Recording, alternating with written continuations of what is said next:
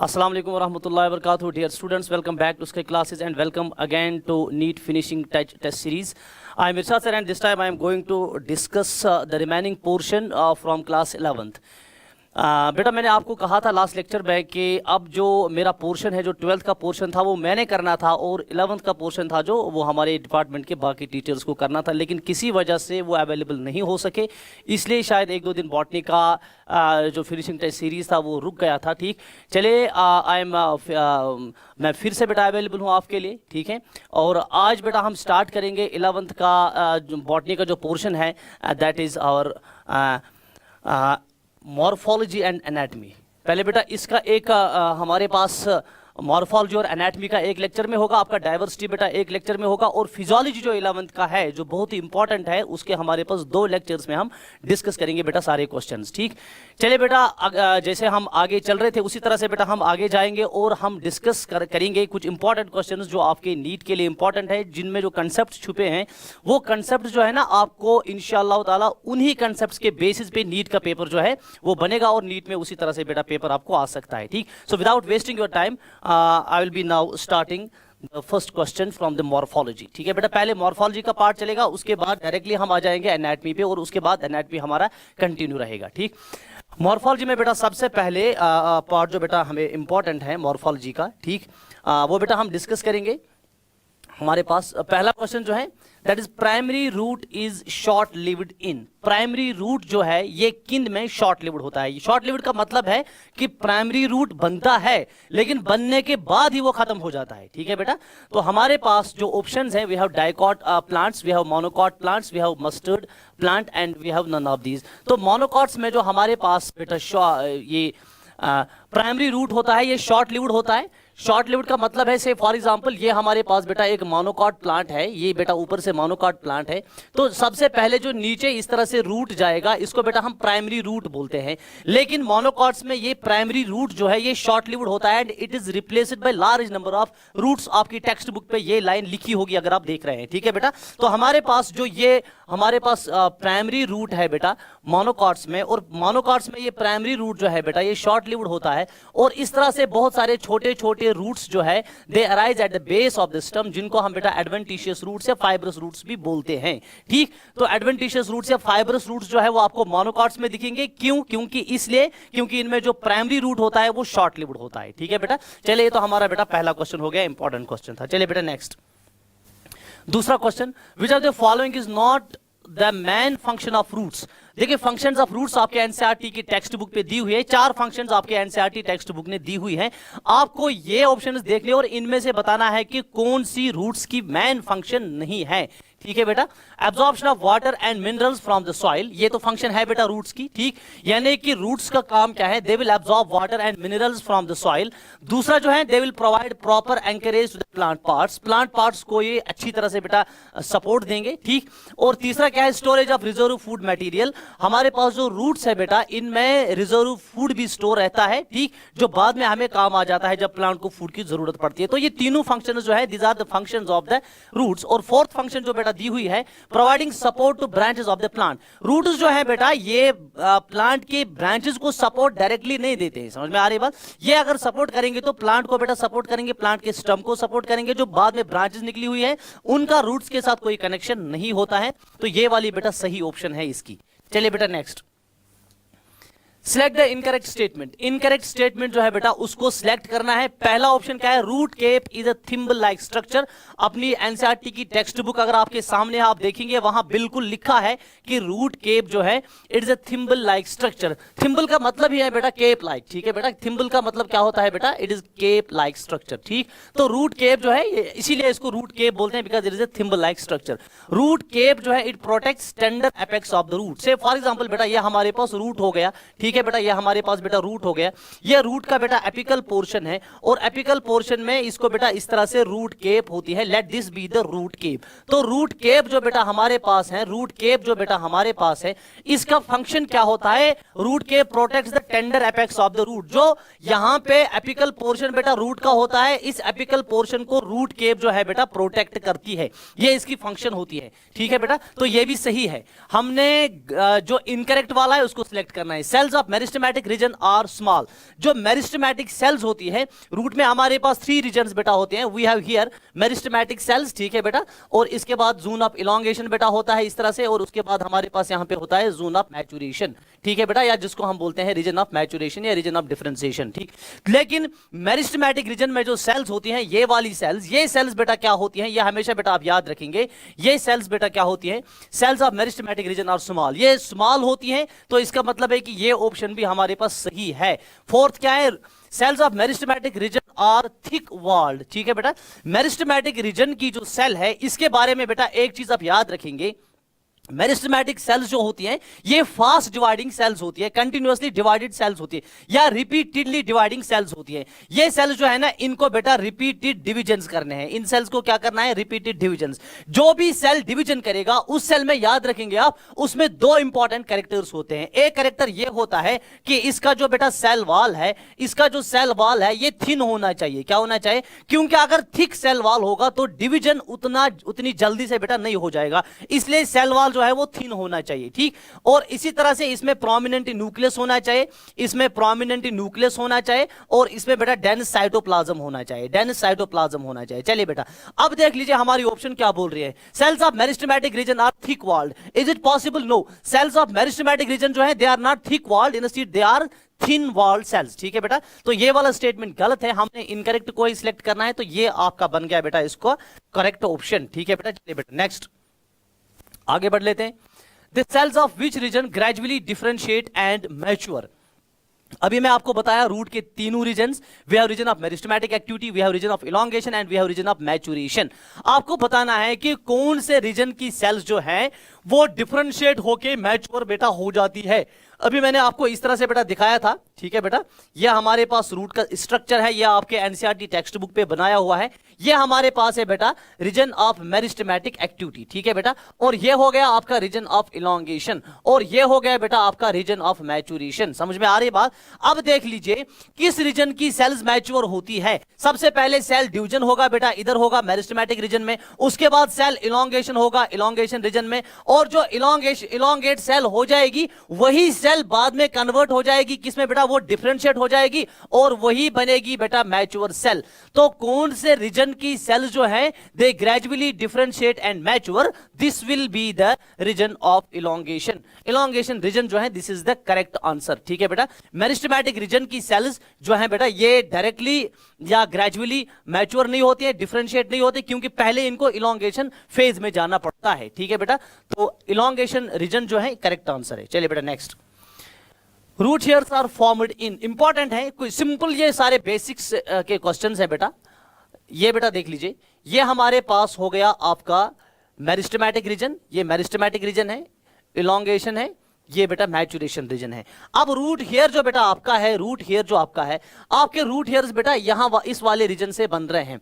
आपके एनसीईआरटी पे ये डायग्राम बेटा बनाई होगी, इस वाले रीजन से बेटा इस तरह से रूट हेयर डेवलप होते हैं। तो रूट हेयर कौन से रीजन में बेटा डेवलप हो गए, region of maturation, region of maturation से रूट हेयर डेवलप होते हैं, ठीक है बेटा। तो इसका मैचुरेशन रीजन जो है this is the perfect answer. चलिए सिंपल क्वेश्चन था ये। Next, stilt roots develop at, stilt roots जो है ये बेटा कहां पे डेवलप होते हैं, पहले समझे स्टिल्ट रूट्स क्या होते हैं। स्टिल्ट रूट्स जो है they are meant for support, समझ में आ रही बात। Prop roots and stilt roots आपके एनसीईआरटी ने लिखा है। स्टिल्ट रूट्स से जो है से फॉर एग्जांपल ये हमारे पास बेटा एक प्लांट है, ये हमारे पास बेटा एक प्लांट है, इमेजिन कि ये हमारे पास एक मेज का प्लांट है, ये हमारे पास एक मेज प्लांट है, ठीक है बेटा, ये हमारे पास बेटा एक मेज प्लांट है, और ये सॉइल की लेवल है, ठीक। ये मेज प्लांट में आपके लिए बेटा बना रहा हूं इस तरह से, ये एक मेज प्लांट है, ठीक। चलिए बेटा ये इस तरह से बेटा एक मेज प्लांट है, ये इस तरह से बेटा एक मेज प्लांट है, ठीक। ये इसके लीव्स वगैरह हो गए, ठीक। और चलिए अब आप नाराज हो जाएंगे तो यहाँ आपके लिए एक बुट्टा भी बनाएंगे, ठीक है बेटा, ये स्टाइल होता है इसका, ठीक। चलिए बेटा ये मेल फ्लावर हो गया, इसका ये फीमेल फ्लावर, हमें उसके साथ कुछ नहीं करना है, हमें जो चीज देखनी है ना, मैं उस चीज पे बेटा आ रहा हूं। चलिए ये इसके बेटा इधर से रूट्स होंगे, ठीक, सॉइल के नीचे, लेकिन मेज प्लांट को आपने देखा होगा कि कुछ रूट्स जो है वो सॉइल के ऊपर भी आते हैं, यानी कि हमारा ये वाला जो नोड होता है ना, इस नोड से बेटा इस तरह से रूट्स आ जाते हैं, इस तरह से बेटा रूट्स आ जाते हैं, और ये रूट्स टच करते हैं बेटा किसको, ये बेटा सॉइल को टच करते हैं ये रूट्स। इन्हीं रूट्स को बेटा हम क्या बोलते हैं, शाबाश, इन रूट्स को बेटा हम बोलते हैं सिटिल्ट रूट्स। क्या बोलते हैं बेटा, इनको बेटा हम बोलते हैं सिटिल्ट रूट्स, ठीक है। तो ये आपके हो गए सिटिल्ट रूट्स। अब मुझे बताओ सिटिल्ट रूट्स कहां डेवलप होते हैं, अपर नोड ऑफ द सिस्टम। ये बेटा अपर नोड हो गया सिस्टम का, ये भी दूसरा नोड, ये तीसरा नोड, ये space between two nodes is called internode. Upper node से ये डेवलप नहीं होते हैं, ये लोअर नोड से डेवलप होते हैं, lower node of the system. Lower node यहां पे था, इसी से बेटा डेवलप हो गए स्टिल्ट रूट्स। तो बेटा ये इसका सही ऑप्शन है। Branches of the plant, branches से भी ये डेवलप नहीं होते हैं, ब्रांचेस से प्रॉप रूट्स डेवलप होते हैं, वो डिफरेंट है। समझ में आ रही बात, कि base of the system, system की बेस से भी बेटा डेवलप नहीं होते हैं, ये सिस्टम की बेस से डेवलप होते हैं आपके फाइब्रस रूट्स। समझ में आ रही बात, या एडवेंटिशियस रूट्स। लेकिन स्टिल्ट रूट्स जो है, although they are adventitious roots, समझ में आ रही बात, लेकिन ये स्पेशल रूट्स होते हैं, और ये डेवलप होते हैं from the lower node of the system. ठीक, क्लियर हो गया। चलिए next, Which of the following roots help plants to get oxygen for respiration? आपको बोलना है कि ये रूट्स जो दिए हुए हैं, इनमें से कौन सा रूट है जो प्लांट को हेल्प करता है रेस्पिरेशन में, टू गेट द ऑक्सीजन। ठीक, प्रॉप रूट्स जो है, प्रॉप रूट्स क्या होते हैं बेटा, से फॉर एग्जांपल हमारे पास प्रॉप रूट्स होते हैं बेटा बैनियन ट्री में। किसमें बेटा होते हैं, बैनियन ट्री में प्रॉप रूट्स होते हैं। ये बैनियन ट्री, ठीक, बरगद का पेड़ इस तरह से बेटा बड़ा होता है, ये बहुत बड़ा हो जाता है, ठीक, और ये इसका लेटरल ग्रोथ बहुत ज्यादा हो जाता है, और फिर इस तरह से इसको टूटने का खतरा रहता है, तो यहां से हैंगिंग रूट्स डेवलप होते हैं। उन रूट्स को बेटा हम प्रॉप रूट्स बोलते हैं। ठीक है बेटा, प्रॉप रूट्स जो है ये सपोर्ट के लिए होते हैं। स्टिल्ट रूट्स मैंने अभी बताया, ये भी सपोर्ट के लिए होते हैं। निमेटोफोर्स, हमारे पास राइजोफोरा में बेटा निमेटोफोर्स होते हैं। ठीक, एग्जांपल भी बेटा इसकी याद रखना, हमारे इसका एग्जांपल जो है दैट इज राइजोफोरा। ठीक है बेटा, राइजोफोरा, राइजोफोरा में निमेटोफोर्स होते हैं। ये कुछ प्लांट्स होते हैं मार्शी एरिया में, ठीक है बेटा, और इस तरह से इनके रूट्स जो है बेटा ये अंडरग्राउंड डेवलप होते हैं, और फिर चूंकि सॉइल में ऑक्सीजन की कमी होती है, रेस्पिरेशन नहीं हो पाता है, ठीक, तो इस तरह से ये रूट्स जो है बेटा ये बेंड होके इस तरह से बेटा बाहर आ जाते हैं। ये इस तरह से बेटा बेंड होके बाहर आ जाते हैं, और इनमें इस तरह से छोटे छोटे पोर्स होते हैं। इन पोर्स को बेटा हम बोलते हैं निमेथोड्स। क्या बोलते हैं, निमेथोड्स। निमेटोफोर रूट को बोलते हैं, और इन पोर्स को बेटा हम बोलते हैं निमेथोड्स। तो यही पोर्स जो हैं, इन्हीं पोर्स के थ्रू बेटा ये ऑक्सीजन अंदर लेते हैं और रेस्पिरेशन करते हैं। अब मुझे बताओ कौन सा रूट है जो हेल्प करता है in respiration, that is pneumatophore. ठीक है बेटा, चलिए नेक्स्ट क्वेश्चन।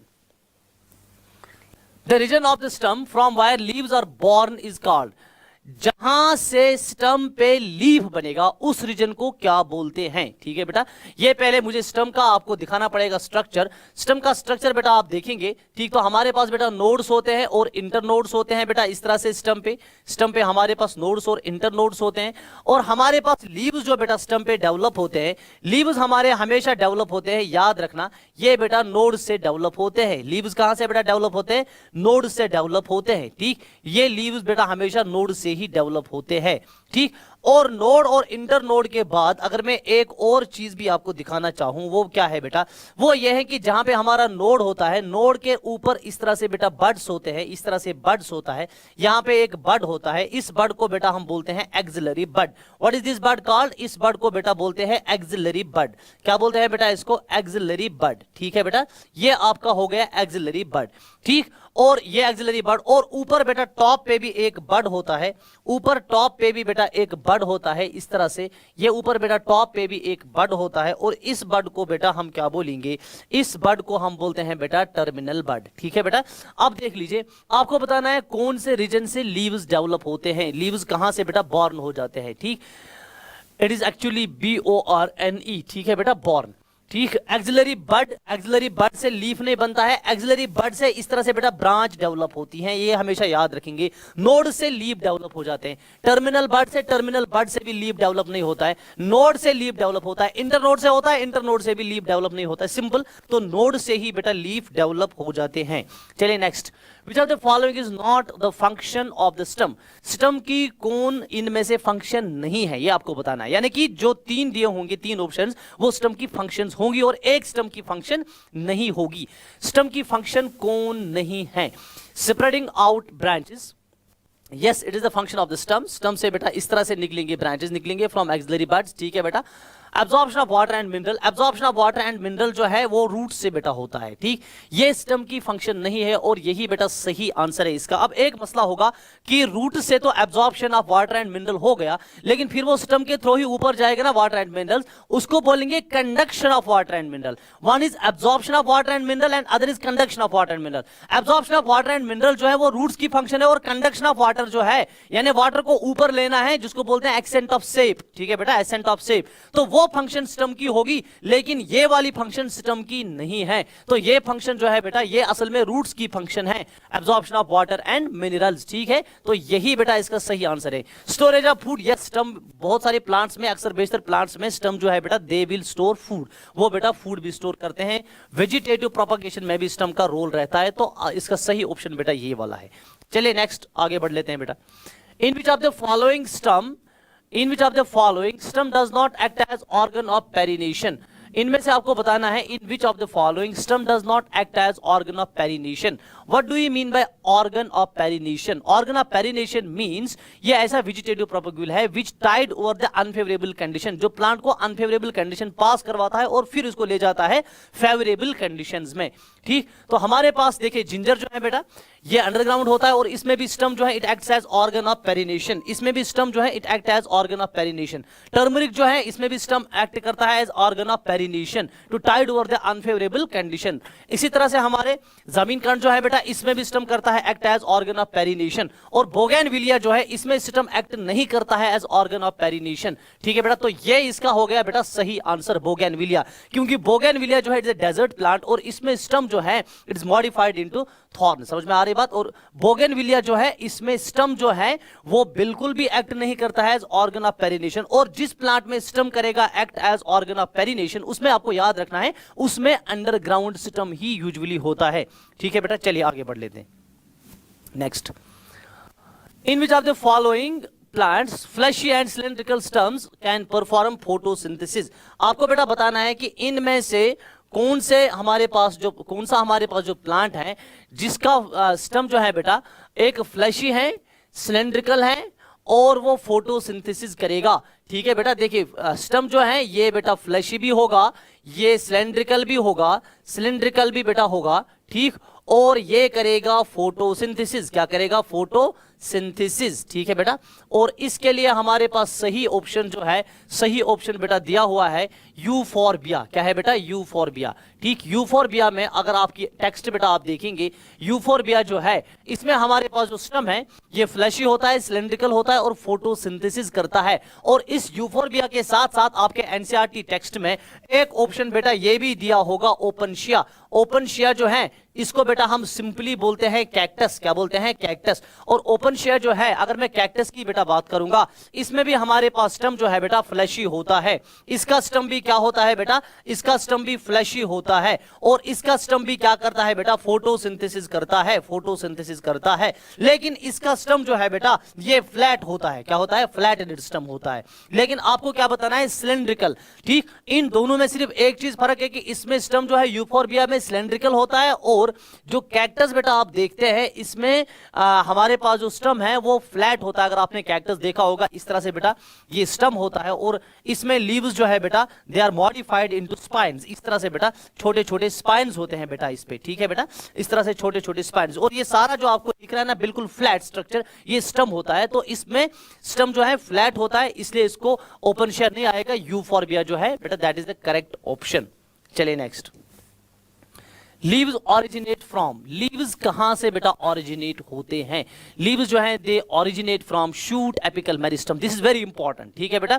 एक हो गया लीव्स कहां से डेवलप होते हैं, लीव्स डेवलप होते हैं नोड से। और दूसरा हो गया लीव्स ऑरिजिनेट कहां से होते हैं? लीव्स जो है बेटा ये ऑरिजिनेट होते हैं फ्रॉम शूट एपिकल मेरिस्टम। आपके एनसीईआरटी ने बेटा दिया हुआ है ये शूट एपिकल मेरिस्टम, ठीक है बेटा। क्यों और कैसे होता है originate from shoot apical meristem? क्योंकि आपका जो नोड्स और इंटरनोड्स बेटा बनता है। एक प्लांट है बेटा इस तरह से, इसका ऊपर जो है बेटा ये शूट एपिकल मेरिस्टम है, और ये शूट एपिकल मेरिस्टम जो है it will be producing sales, और ये इस तरह से प्लांट की हाइट में बेटा इंक्रीज करता है, प्राइमरी ग्रोथ में इंक्रीज करता है। लेकिन इसी से हमारे पास बेटा नोड भी बनता है, इंटरनोड भी बनता है, ऊपर जाता रहेगा, nodes and internodes, new nodes and internodes will be formed. अब ये नए नोड और इंटरनोड बने कहां से? असल में ये बन गए from the cells of shoot apical meristem, इसलिए, और फिर उसी नोड से डेवलप होता है लीफ। तो अब ऑरिजिन कहां है बेटा लीफ का? लीफ का ऑरिजिन बेटा कहां है? ये लीफ का ऑरिजिन बेटा नोड, सॉरी, लीफ का ऑरिजिन फिर शूट एपिकल मेरिस्टम में है। नोड से ऑरिजिनेट नहीं होते, नोड से डेवलप होते हैं और नोड्स पे बॉर्न होते हैं। ठीक, एक्सिलरी बड से लीव्स नहीं डेवलप होते और इंटरनोड से भी नहीं डेवलप होते। चलिए बेटा next, Which of the following statements is not correct? आपको बोलना है कि इनमें से false statement कौन है, उसी को बोलते हैं not correct. In some leguminous plants, leaf base may be swollen. कुछ leguminous plants हैं, कुछ leguminous plants हैं, जैसे आपके पास बेटा beans वगैरह है, ठीक, उनमें leaf base जो है, उनमें जो बेटा leaf base है वो swollen होती हैं। ठीक, इस तरह से बेटा मैं बनाऊं, इस तरह से बेटा मैं बनाऊं, ठीक, ये हमारे पास leaves है, ठीक, ये हमारे पास लीव्स है बेटा, ये लीफ का पीटियोल हो गया, ये लीफ का लेमिना हो गया, और ये होगी बेटा आपकी लीफ बेस, ये होगी बेटा आपकी लीफ बेस। और कुछ लिग्यूमिनस प्लांट्स में लीफ बेस जो है बेटा ये स्वोलन होती है, स्वोलन लीफ बेस। ठीक है बेटा, और ये स्टेटमेंट जो है ये करेक्ट है। ठीक, veins provide rigidity to the leaf blade, जो वीन्स बेटा इस तरह से होती है, इसमें इससे लीफ को रिजिडिटी मिलती है, ये भी सही है। ठीक, in dicots leaf base is expanded into sheath, ये गलत है। डाइकॉट्स में लीफ बेस जो है it is not expanded in the sheath, but this leaf base is expanded in the sheath in monocots. ठीक है बेटा, मोनोकॉट्स में हमारे पास से फॉर एग्जांपल हमारे पास बेटा ये एक मोनोकॉट प्लांट है, ये एक मोनोकॉट प्लांट है। अभी मैंने आपको एग्जांपल दी थी मेज की, मेज इज ए मोनोकॉट प्लांट। ठीक है बेटा, अब यहाँ पे बेटा इस तरह से लीफ होता है, इस तरह से लीफ होता है, लेकिन इस लीफ में यहाँ पे लीफ बेस है बेटा, ये लीफ बेस कभी कभी इस तरह से बेटा एक्सपेंड होती हैं, ये स्टम को इट कवर्स स्टम पार्शियली और होली। ठीक है बेटा, ठीक, तो ये लीफ बेस जो है in dicots leaf base is expanded into sheath. ठीक है बेटा, अब देख लीजिए ये लीफ बेस एक्सपेंड होती हैं, ठीक है बेटा, इनटू ए शीथ, इनटू ए शीथ। अब मसला ये है कि हमारे पास इधर ऑप्शन दिया हुआ है कि डाइकॉट्स में होता है, जबकि ये लीफ बेस जो है ना ये एक्सपेंड होती है मोनोकॉट्स में, तो ये गलत ऑप्शन है और हमें यही बेटा सिलेक्ट करना है। Petiole is long, thin and flexible, ये भी बेटा सही है, तो ये इसका हो गया सही ऑप्शन। ठीक, चलिए, A bud is not present in, bud कहां पे प्रेजेंट नहीं होता है? Axil of simple leaf. देख लीजिए बेटा, अभी भी मैंने आपको बताया, अभी कंटिन्यूअसली यही चीजें चल रही है। ये हमारे पास बेटा नोड हो गया, ये हमारे पास नोड हो गया और बीच में इंटर नोड हो गया। चलिए बेटा, यहाँ पे एक लीफ डेवलप हो गया। ठीक, मैंने आपको पहले भी बताया कि लेट अस सपोज कि यहाँ पे बेटा आपका बन गया ये बड। ठीक है बेटा, यहाँ पे एक बड है, इसको टर्मिनल बड बोलेंगे, और यहाँ पे बड है, इसको बोलेंगे बेटा axillary bud. Axil of simple leaf, ये सिंपल लीफ हमारा हो गया, इसके एक्सिल में भी बड होता है। Axil of pinnately compound leaf, अब पिनेटली कंपाउंड लीफ इस तरह से बेटा होगा, ये हमारे पास पिनेटली कंपाउंड लीफ होगा बेटा, इसको छोटे छोटे लीफलेट्स इस तरह से होते हैं। ठीक, ये हमारे पास बेटा क्या हो गया, this is pinnately compound leaf, ये एक ही लीफ है और ये इसके छोटे छोटे लीफलेट्स है, इसको हम बोलते हैं बेटा this is pinnately compound leaf, this is pinnately compound leaf. और इस पिनेटली कंपाउंड लीफ के एक्सिल में भी बेटा यहाँ पे एक बड होता है। समझ में आ रही बात? ये भी सही है, ये भी सही है, दो स्टेटमेंट्स। तीसरा, एक्सिल ऑफ पाल्मेटली कंपाउंड लीफ। अब पाल्मेटली कंपाउंड लीफ क्या होता है? अब पिनेटली कंपाउंड लीफ में जो लीफलेट्स है they touch the mid rib at different points, लेकिन पाल्मेटली कंपाउंड लीफ जो है उसमें जो हमारे पास बेटा लीफलेट्स होते हैं, लीफलेट्स जो बेटा हमारे पास होते हैं ये इस तरह से बेटा मिड रिब को टच करते हैं एक ही पॉइंट पे। ये एक लीफलेट हो गया, ये दूसरा लीफलेट हो गया, ये तीसरा लीफलेट हो गया, ये फोर्थ लीफलेट हो गया, इस तरह से।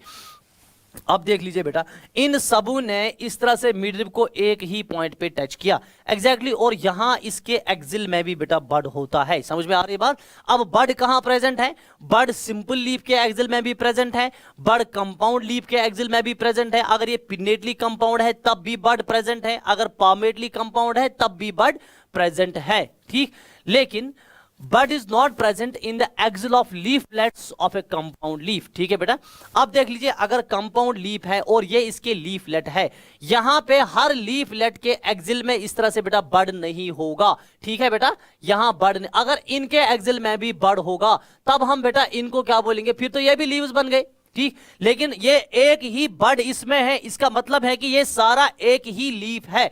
तो हमारे पास जो बड्स होते हैं वो सिंपल लीफ में भी होगा, कंपाउंड लीफ में भी होगा, पिन्नेटली में भी, पाल्मेटली में भी। लेकिन पिन्नेटली या पाल्मेटली कंपाउंड लीफ जो है, इसके लीफ लेट्स के एक्सिल में बड नहीं होता है। समझ में बेटा आ रही बात? ठीक, which of the following is a bud is not present in. ठीक, तो बड यहां बेटा प्रेजेंट नहीं होता है। कहां प्रेजेंट नहीं होता है? Axil of leaflets of a compound leaf.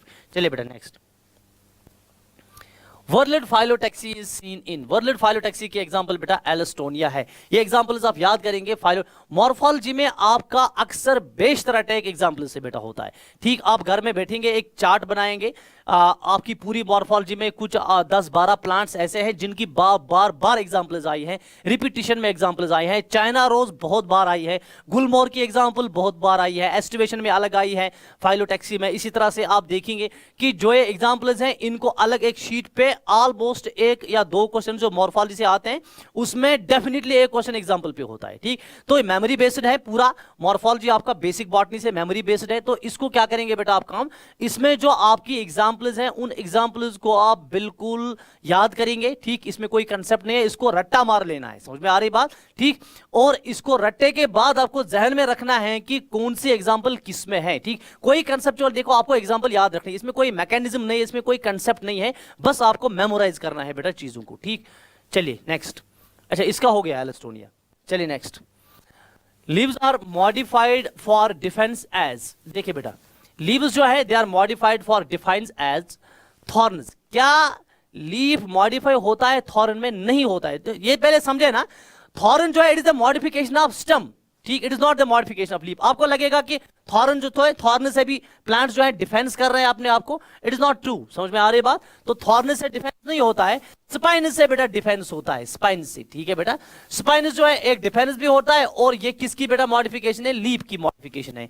Tendrils जो है, टेंड्रिल्स तो डिफेंस ही नहीं देंगे ना, टेंड्रिल्स सपोर्ट के लिए बेटा होते हैं। ठीक, बोथ 1 and 2 बोथ ये गलत है, क्योंकि थॉर्न जो है it is not the modification of leaf, it is the modification of stem. तो सही आंसर इसका बेटा बनेगा ये स्पाइन्स। चलिए बेटा नेक्स्ट आगे बढ़ लेते। नेक्स्ट हमारे पास क्या है बेटा? Choose the incorrect statement about formation of flower. Formation of flower के लिए आपको बोलना है कि इनमें से गलत कौन सा स्टेटमेंट है, इनकरेक्ट। यानी कि सब सही होंगे, एक गलत होगा। जब भी इस तरह का क्वेश्चन आएगा नीट में, एक बार क्वेश्चन को पढ़ लें प्लीज, और फिर देख लें विच of the following is not correct, which of the following is incorrect. तो पहले मन ये बना ले कि मैं ऑप्शन जो देखने जा रहा हूं उन ऑप्शंस में सारी की सारी ऑप्शन सही होंगी और एक ऑप्शन गलत होगी।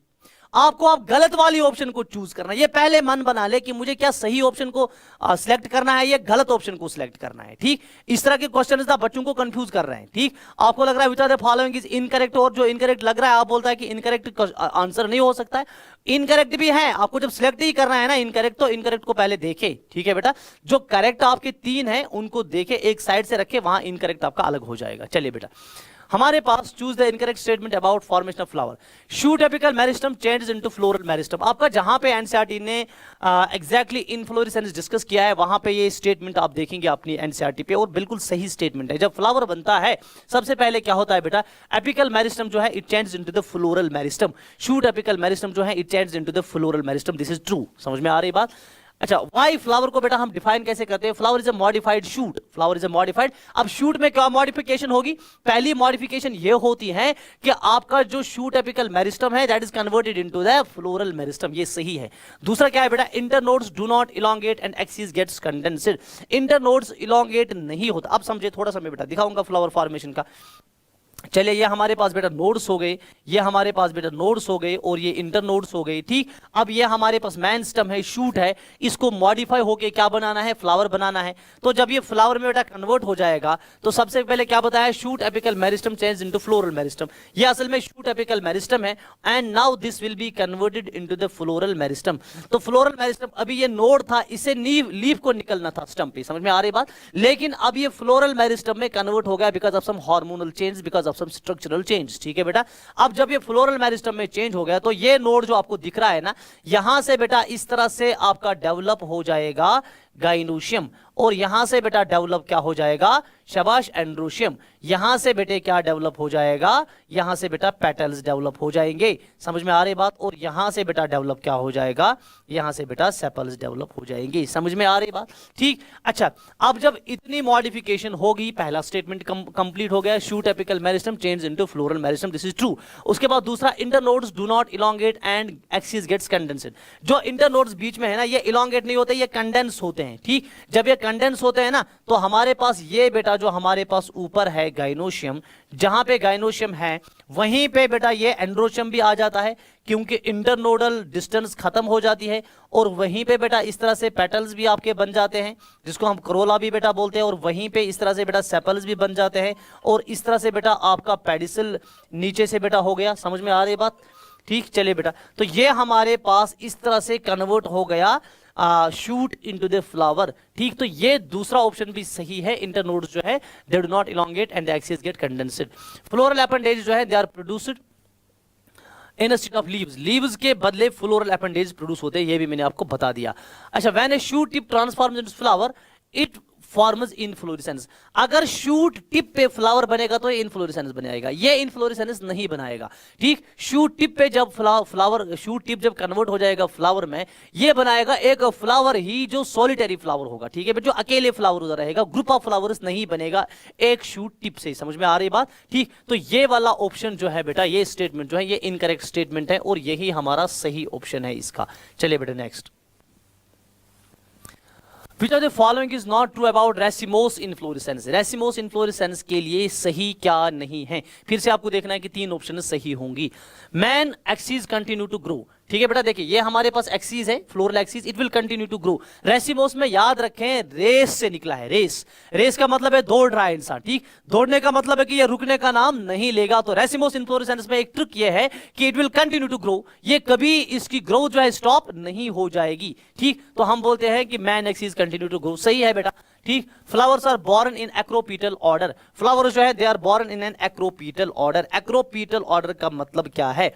एक्रोपीटल ऑर्डर का मतलब ये है कि यंग फ्लावर्स जो है they will be towards apex, they will be towards apex, और ओल्डर फ्लावर्स जो है they will be towards base, they will be towards base. देखिए मैंने जितना ऊपर ऊपर गया मैंने फ्लावर को छोटा बनाया, ये हमारे पास फ्लावर एक है, दूसरा है, तीसरा है, फोर्थ है, फिफ्थ है। समझ में आ रही बात? तो जितना हम ऊपर जाएंगे छोटे छोटे फ्लावर्स आ जाएंगे। When young flowers are towards apex it is called acropetal order, and when young flowers are towards base it is called basipetal order. ठीक, लेकिन हमारे पास जो रेसिमोस इन्फ्लोरेसेंस है हमें उसके रिलेटेड स्टेटमेंट्स हैं। एक ये कि ये एक्सिस कंटिन्यूअसली ग्रो करेगी, और फ्लावर जो है they are born in an acropetal order, दोनों सही है। ठीक, अच्छा तीसरा फ्लावर्स आर बोर्न लेटरली। देखिए फ्लावर लेटरली बोर्न होते हैं, यानी कि इस साइड से डायरेक्टली टिप जो है ये कन्वर्ट नहीं होता है फ्लावर में, तो लेटरल साइड से बेटा फ्लावर निकलते हैं। ये एक्सिस हो गई आपकी, इस साइड से फ्लावर निकलेगा, इस साइड से फ्लावर निकलेगा, इसको बोलेंगे रेसिमोस इन्फ्लोरेसेंस। ठीक, अच्छा growth of axis is limited. ये बोल रहा है कि रेसिमोस इन्फ्लोरेसेंस में एक्सिस की ग्रोथ लिमिटेड है। क्या ये लिमिटेड है? अभी बताया आपको, ये लिमिटेड नहीं होती है, ये अनलिमिटेड ग्रोथ। और साइमोस में ग्रोथ जो है ना वो बेटा लिमिटेड होती है। समझ में आ रही बात? तो ये वाला जो है ये गलत है, और यही हमारा सही ऑप्शन है। Next, floral whorls are successfully arranged on. Floral whorls जो है बेटा ये किसके ऊपर अरेंज होते हैं? सक्सेसफुली किसके ऊपर बेटा अरेंज होते हैं? ठीक, swollen end of the stock, ये हमारे पास बेटा फ्लावर हो गया। ये देख लीजिए बेटा, ये हमारे पास फ्लावर हो गया, ये आपका बेटा इस तरह से गाइनोशियम हो गया, ये आपका हो गया एंड्रोशियम। ठीक है, और ये आपके बेटा हो गए पेटल्स। ठीक, चलिए, और ये आपके बेटा हो गए सेपल्स। ठीक, और ये जो बीच में मैं बना रहा हूं ना ये क्या है बेटा? ये थैलेमस है। What is thalamus? It is the swollen end of the stock, it is the swollen end of stock. और इसको कभी कभी थैलेमस भी बोलते हैं, कभी कभी इसको बेटा रिसेप्टेकल भी बोलते हैं। ठीक है, और what is this? This is thalamus. और what is thalamus? Thalamus is the swollen end of stalk. ये स्टॉक जो इस तरह से है ना, ऊपर वाला एंड स्वोलन होता है, तो स्वोलन एंड ऑफ स्टॉक के ऊपर फ्लावर होता है, सही। थैलेमस के ऊपर होता है, सही है। रिसेप्टेकल के ऊपर होता है, सही है। सारे नाम बेटा इसी के हैं, इसलिए ऑल ऑफ द अबव इसका करेक्ट ऑप्शन है। ठीक, चलिए next, in which of the following flowers calyx and corolla are not distinct. आपको बोलना है कि कौन से फ्लावर में कैलेक्स और करोला जो है दे आर नॉट डिस्टिंक्ट, ठीक है, यानी कि अलग अलग नहीं है कैलेक्स एंड करोला, यानी कि कहीं ना कहीं उस कैलेक्स और करोला का फ्यूजन हो गया, उन्होंने एक ही वर्ल बनाया है। हमारे पास फ्लावर में बेटा यूजुअली 4 वर्ल्स होते हैं। हमारे पास पहला वर्ल बेटा क्या होता है, कैलेक्स, ठीक, और दूसरा वर्ल हमारे पास बेटा क्या होता है, वी हैव करोला, ठीक। तीसरा वर्ल क्या होता है बेटा हमारे पास तीसरा वर्ल जो बेटा होता है दैट इज कॉल्ड एंड्रोशियम, और हमारे पास फोर्थ वर्ल जो बेटा होता है दैट इज कॉल्ड गाइनोशियम, ठीक है बेटा, गाइनोशियम, ठीक। अच्छा, लेकिन कुछ प्लांट्स में, कुछ फ्लावर्स में हमारे पास एक कैलेक्स और करोला नहीं होते हैं और इनके बदले बेटा एक अलग वर्ल होता है, उसको बेटा हम बोलते हैं पेरीएंथ। क्या बोलते हैं, पेरीएंथ, ठीक है बेटा। अब देख लीजिए, कैलेक्स जो है इसका इंडिविजुअल मेंबर जो है इसको बेटा हम सेपल बोलते हैं, और करोला जो है इसको बेटा इंडिविजुअल मेंबर को हम पेटल बोलते हैं। अब जब दोनों फ्यूज होंगे इसके बदले क्या होगा बेटा, पेरीएंथ, और पेरीएंथ के इंडिविजुअल मेंबर को बेटा हम क्या बोलते हैं बेटा, टेपल बोलते हैं, ठीक है बेटा। अब देख लीजिए, कैलेक्स और करोला जिन प्लांट्स में डिस्टिंक्ट नहीं होगा उन प्लांट्स में क्या होगा, उन प्लांट्स में टेपल होगा, उनमें पेरीएंथ होगा, और उसकी एग्जांपल आपके पास ये बेटा लिली इंपॉर्टेंट एग्जांपल है। वीट इसमें आता है, लिली इसमें आता है, इसमें ट्यूलिप्स आते हैं, समझ में बेटा आ रही बात, ठीक। तो लिली इसका एग्जांपल हो गया, इसमें कैलेक्स और करोला नहीं होते हैं। चलिए next, a unisexual flower has only stamens, only carpels, either stamens or carpels, both stamens and carpels. Unisexual flower को क्या होगा, यूनिसेक्सुअल फ्लावर जो है, जिस फ्लावर को सिर्फ स्टेमिन्स होंगे उसको यूनिसेक्सुअल फ्लावर बोलेंगे, एग्जैक्टली बोलेंगे, ठीक। और जिसको सिर्फ कार्पल्स होंगे, फीमेल पार्ट, उसको भी यूनिसेक्सुअल बोलेंगे। तो अगर मैं बोलेंगे कि, अगर मैं ये बोलूं कि unisexual flower is one which is only having stamens, I am wrong, क्योंकि वो भी यूनिसेक्सुअल है जिसको कार्पल होगा, समझ में आ रही बात। और अगर मैं ये बोलूंगा यूनिसेक्सुअल सिर्फ उसको बोलते हैं जिसमें कार्पल होगा, अगेन आई एम रॉन्ग, क्योंकि वो भी यूनिसेक्सुअल है जिसमें स्टेमिन होगा। तो यूनिसेक्सुअल किसको बोलेंगे, ईदर स्टेमिन्स और कार्पल, जिसमें या तो स्टेमिन होगा या फिर कार्पल होगा, तो दोनों यूनिसेक्सुअल हो गए। और अगर दोनों स्टेमिन्स और कार्पल्स एक ही में हैं तो अब ये बाइसेक्सुअल होगा। तो ये आपका बन जाएगा बेटा सही आंसर इसका, समझ में आ रही बात, ठीक। चलिए नेक्स्ट आगे बढ़ लेते हैं बेटा। ब्रैक्ट्स क्या होते हैं, reduced leaf found at the node of stem, reduced leaf found at the base of stem, reduced leaf found at the base of pedicel, reduced leaf found at the base of the pedicel, sorry, leaf like structure found at the base of the pedicel। अब ये क्या होता है बेटा, ये देख लीजिए, हमारे पास लेट अस सपोज ये बेटा लीफ हो गया, ये लीफ का लैमिना, पीटियोल, और ये हो गया आपको इधर बेटा नोड, ठीक है बेटा। अब इधर अगर मैं लीफ की बात पहले करूं, कभी कभी लीफ को इस तरह से बेटा यहां पे डेवलप होते हैं लीफ लाइक स्ट्रक्चर्स, इनको हम बोलते हैं स्टिप्यूल्स। क्या बोलते हैं बेटा, स्टिप्यूल्स, ठीक। लेकिन अभी क्वेश्चन जो हमारा है वो स्टिप्यूल्स के रिलेटेड नहीं है, ये लीफ का इसलिए बताया क्योंकि अक्सर बेशतर बच्चे इसको स्टिप्यूल्स के साथ कंफ्यूज करते हैं। और इसी तरह से हमारे पास कभी कभी बेटा इस तरह से देख लीजिए, ये एक फ्लावर आपका इधर ऊपर बन गया, लेट अस सपोज ये बेटा एक फ्लावर है। अब फ्लावर का स्टॉक जो है बेटा, इस स्टॉक को बेटा हम बोलते हैं पेडिसिल। क्या बोलते हैं, पेडिसिल, ठीक। और लीफ के स्टॉक को बोलते हैं पीटियोल, ये याद रखिए। पेडिसिल जो है इसकी बेस पे कभी इस तरह से बेटा रिड्यूस्ड लीफ लाइक स्ट्रक्चर होता है, ये एक ही होता है, और इस स्ट्रक्चर को बेटा हम बोलते हैं ब्रैक्ट। क्या बोलते हैं, ब्रैक्ट, समझ में आ रही बात। और स्टिप्यूल्स हमेशा दो होते हैं, और स्टिप्यूल्स लीफ के बेस पे होते हैं, दो होते हैं। ब्रैक्ट फ्लावर की बेस पे होगा, पेडिसिल की बेस पे होगा, और एक ही होगा। अब जिन फ्लावर्स में ब्रैक्ट प्रेजेंट होता है उनको बोलते हैं ब्रैक्टिएट, और जिनमें एब्सेंट होता है उनको बोलते हैं ई ब्रैक्टिएट। जिनमें स्टिप्यूल्स प्रेजेंट होते हैं लीफ में उसको बोलेंगे स्टिपुलेट, और जिस लीफ में स्टिप्यूल एब्सेंट होंगे उसको बोलेंगे एक्सटिपुलेट। समझ में आ रही बात। लेकिन हमारा क्वेश्चन इसके रिलेटेड है, अगर पेडिसिल के बेस पे रिड्यूस्ड लीफ लाइक स्ट्रक्चर है जिसको ब्रैक्ट बोलते हैं, ठीक है बेटा, और इस फ्लावर को बेटा हम ब्रैक्टिएट बोलेंगे। सो आपको बोलना है ब्रैक्ट्स क्या होते हैं, these are reduced leaf found at the base of the pedicel. ये इसका सही आंसर हो गया। चलिए बेटा नेक्स्ट क्वेश्चन क्या है बेटा हमारे पास, flowers can be hypogynous, they can be perigynous and they can be epigynous. Important है, अक्सर बेशतर नीट में यहां से बेटा क्वेश्चन आता है। फ्लावर्स जो है दे can be sometimes perigynous, they can be sometimes hypogynous and they can be sometimes epigynous. और ये क्लासिफिकेशन जो फ्लावर्स की है हमने किस बेस पे की है, इट इज बेस्ड ऑन, आपको बोलना है कि कौन सी बेस पे किया है, position of calyx, Corolla, androecium in respect of the ovary on thalamus. Exactly यही है, हमें बोलना है कि कैलेक्स, करोला और एंड्रोशियम ये तीनों फ्लोरल वर्ल्स क्या ये ओवरी के ऊपर है या ओवरी के नीचे है या ओवरी के बिल्कुल सेंटर में है। समझा?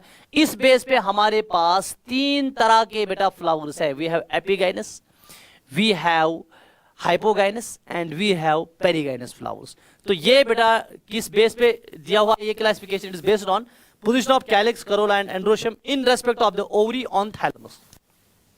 दूसरा क्या है, position of ovary in respect of calyx, नहीं बेटा ये गलत है, it is based on position of these three floral whorls, calyx, corolla, androecium, इन तीनों को रेफर करना है कि ओवरी की पोजीशन के हिसाब से ये तीन कहां है।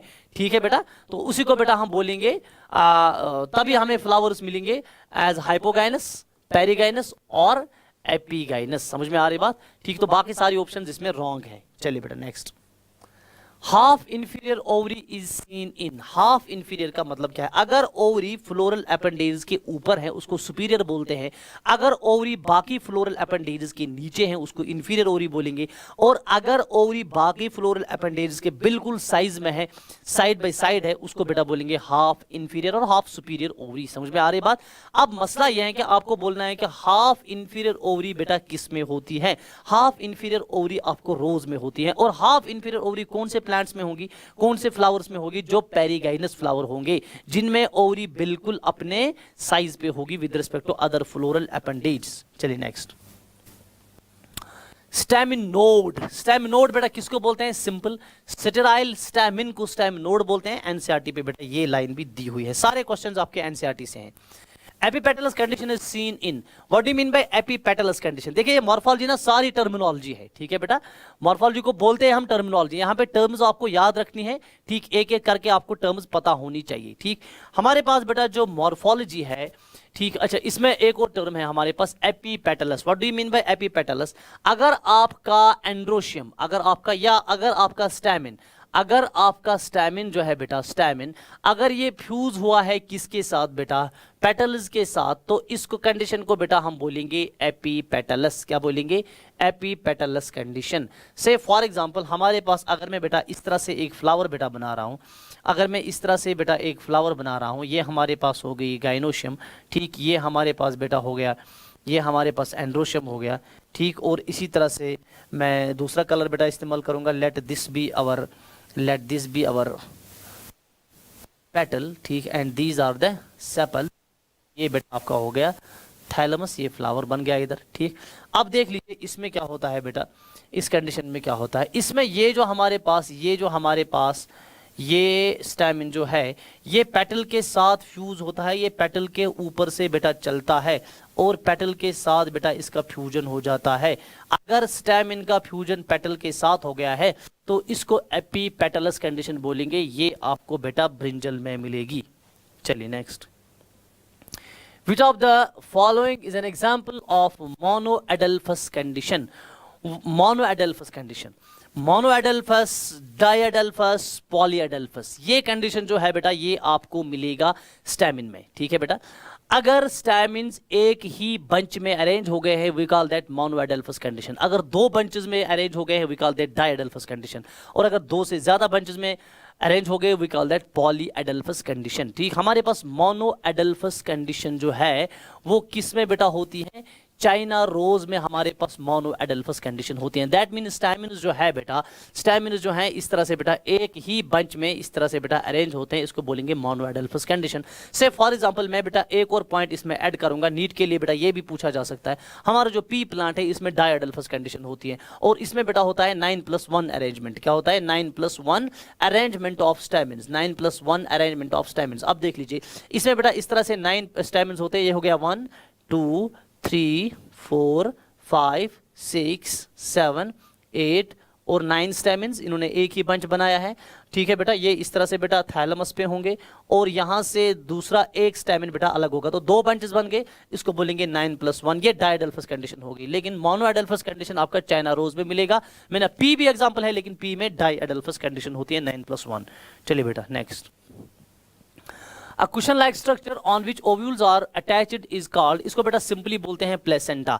से फॉर एग्जांपल अगर ये बेटा हो गया स्टिग्मा और ये हो गई आपका ये स्टाइल है बेटा, और ये आपकी होगी इधर ओवरी। समझ में आ रही बात? ओवरी के अंदर एक स्पेशल टिश्यू होता है कुशन लाइक स्ट्रक्चर, इस तरह से बेटा कुशन लाइक स्ट्रक्चर होता है, और इस स्ट्रक्चर के साथ अटैच होता है बेटा आपका ओव्यूल। क्या होता है? Attach ovule.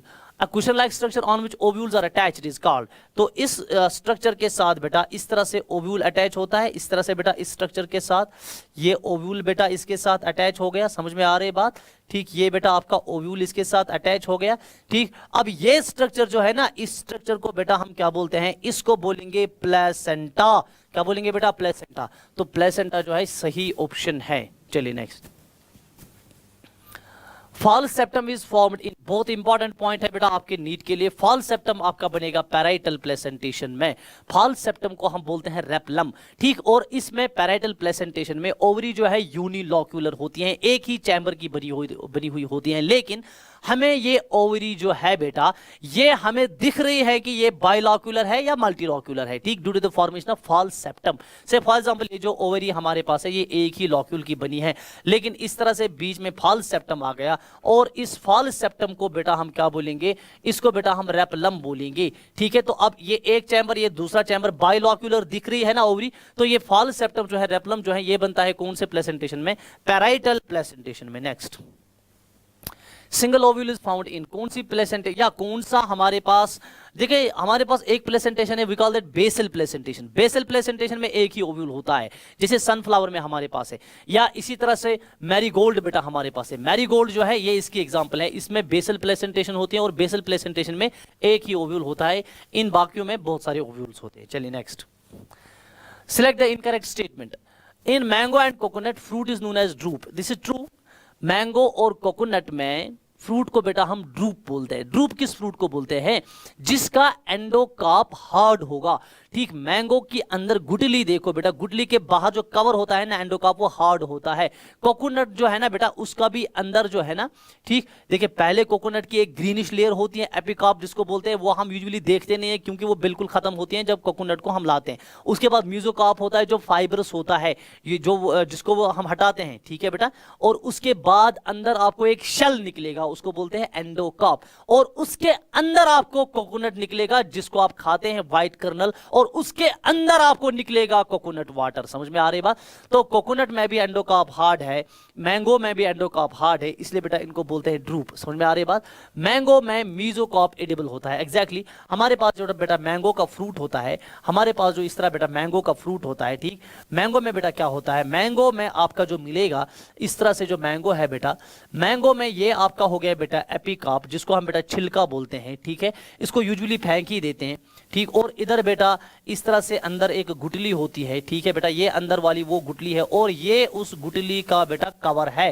ठीक, और इस कवर को क्या बोलते हैं बेटा? एंडोकार्प। ठीक है बेटा, एंडोकार्प, एपिकार्प, एंड और बीच में जो पोर्शन बचता है ना इसको बेटा बोलेंगे मीजोकार्प। और हम यही पोर्शन खाते हैं ना मैंगो का, तो यही पोर्शन हम खाते हैं जिसको हम मीजोकार्प बोलते हैं। ठीक, और फ्लैशी होता है, थिक होता है, फ्लैशी होता है, एडिबल भी यही पोर्शन होता है।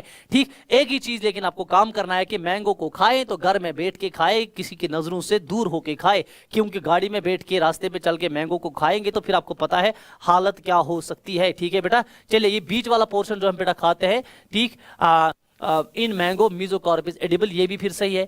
अच्छा, तीसरा option, in coconut epicarp is fibrous. Coconut में एपिकार्प फाइब्रस नहीं होती है, कोकोनट में मीजोकार्प फाइब्रस होती है जिसको हम हटाते हैं, जो हे लाइक होता है। ठीक है बेटा, तो ये वाला ऑप्शन जो है बेटा इनकरेक्ट है, इसी को हमने सिलेक्ट भी करना है, तो ये सही ऑप्शन बन गया इसका। मैंगो इज वन सीडेड, ये भी सही है, मैंगो में एक ही सीड है, किसी को मैंगो में 2-3 सीड्स तो नहीं निकलेंगे ना। ठीक है, चलिए। Which of the following is not a plant of which of the following is not a part of embryo? Embryo का आपको बताना है कि इनमें से कौन सा एम्ब्रियो का पार्ट नहीं है। ठीक, देखिए रेडिकल एम्ब्रियो का पार्ट है, एम्ब्रियोनल एक्सिस एम्ब्रियो का पार्ट है, लीडेंस एम्ब्रियो का पार्ट है, और एंडोस्पर्म जो है ना ये एम्ब्रियो का पार्ट नहीं है। सीड में 3 पार्ट्स होते हैं। ये आपका सीड कोट बेटा हो गया, ये हो गया बेटा आपका सीड कोट, ठीक है। और इधर अंदर आपका एम्ब्रियो है, ये एम्ब्रियोनल एक्सीज बेटा हो गई आपकी एम्ब्रियोनल एक्सीज, ठीक। और इसका ऊपर वाला पोर्शन ये रेडिकल हो गया, ये प्लूम्यूल हो गया, लेट अस सपोज, समझ में आ रही बात, या ये रेडिकल हो गया, ये प्लूम्यूल हो गया, और बीच में एक कॉटिलिडनरी नोड होते हैं, यहां से बेटा कॉटिलिडन्स डेवलप होते हैं। तो रेडिकल भी एम्ब्रियो का पार्ट है, एम्ब्रियोनल एक्सिस भी, और कॉटिलिडन्स भी एम्ब्रियो का पार्ट है। और ये वाला जो सीड में आपको रिजर्व फूड मिलेगा इसको बेटा बोलते हैं एंडोस्पर्म। क्या बोलते हैं? एंडोस्पर्म।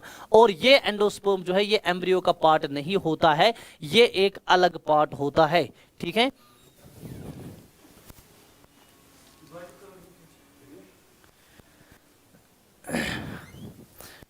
चलिए बेटा आगे बढ़ लेते हैं। Next, micropyle.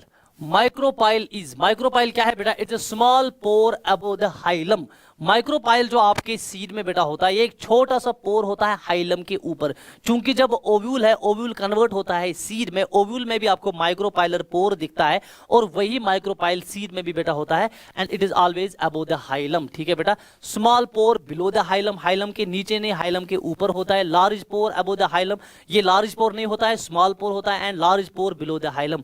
ये दो चीजें याद रखें, एक ये कि ये स्मॉल पोर होता है, और दूसरा ये कि ये अबव द हाइलम होता है। चलिए बेटा next, in monocot seeds which of the following is rich in proteins. Monocot seeds में बेटा आपको बताना है कि इनमें से प्रोटीन्स में रिच कौन होता है। एक क्या है बेटा? स्क्यूटेलम। स्क्यूटेलम जो है नहीं, एंडोस्पर्म जो है ये भी प्रोटीन में रिच नहीं होता है, और प्रोटीनेशियस लेयर जो है उसको बेटा हम बोलते हैं एलिरॉन लेयर। ये एलिरॉन लेयर जो है बेटा ये हमारे पास बेटा प्रोटीनेशियस लेयर होती है, और एलिरॉन लेयर जो है मोनोकॉट सीड में it will separate the cotyledon from the endosperm, ठीक है बेटा। एंडोस्पर्म को बिल्कुल कवर करती है, और ये प्रोटीनेशियस लेयर होती है। ये बेटा इंपॉर्टेंट पॉइंट है, आप इसको याद। मेमोरी बेस्ड पूरा है, इसमें मैं क्या मैकेनिज्म समझाऊंगा। मॉर्फोलॉजी है, बेसिक बॉटनी है, अभी जब डायवर्सिटी पे हम आ जाएंगे उसमें भी बिल्कुल मेमोरी बेस्ड है। समझ में आ रही बात? हाँ, आपका फिजियोलॉजी पोर्शन जब आ जाएगा ना, इंपॉर्टेंट है, डिसाइडिंग है वो आपका नीट में, लेकिन इनको हम यूं ही नहीं ले सकते हैं, इनमें क्वेश्चंस आते रहते हैं, बहुत सारे क्वेश्चंस आते रहते हैं। मॉर्फोलॉजी एनाटॉमी से आपको कम से कम 6 या 7 क्वेश्चन भी बेटा आ सकते हैं। So it means a big number of questions यहां से भी आ सकता है, ठीक। मेमोरी बेस्ड है, आपको पता होना चाहिए, ठीक। मेमोरी बेस्ड क्वेश्चन भी वो चेक करते हैं, क्योंकि कल को आपने डॉक्टर बनना है, और डॉक्टर बनने के बाद आपको जहन में ना बहुत कुछ याद रखना है, रट्टा मारना है। मुझे समझाओ ये कि कल को आप डॉक्टर बन गए, मैं बार बार बोलता हूं, कल को आप डॉक्टर बन गए और आपको बेटा क्या करना है काम, आपको एक काम ये करना है कि से फॉर एग्जांपल आपके पास दिन में 100 पेशेंट्स आते हैं, आपके पास दिन में 50 पेशेंट्स आते हैं, कम से कम दवाई का नाम तो याद रखना है ना। तो दवाई का नाम याद रखना है, उसमें क्या करना है, उसमें कौन से मैकेनिज्म है, दवाई का नाम तो रट्टा ही मारना है आपको, ठीक। तो इसीलिए आपको ये भी मेमोरी बेस्ड क्वेश्चंस अक्सर बेशतर बेटा नीट में आ जाएंगे, ठीक।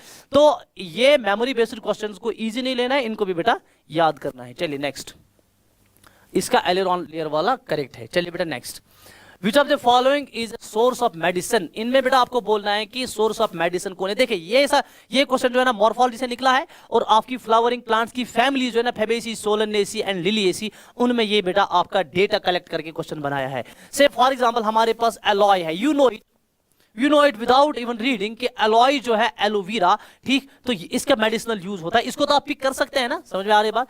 मिलाथी जो है बेटा इसका भी मेडिसिनल यूज होता है, और कॉल्चिकम जो है ये वेजिटेबल है, ठीक है बेटा। तो ये दोनों जो है ये मेडिसिनल यूजेस में बेटा इस्तेमाल होते हैं। तो बोथ 2 और 3 जो है ये बेटा इसका करेक्ट ऑप्शन बनेगा। चलिए बेटा next, which of the following statements is not correct about axillary बड।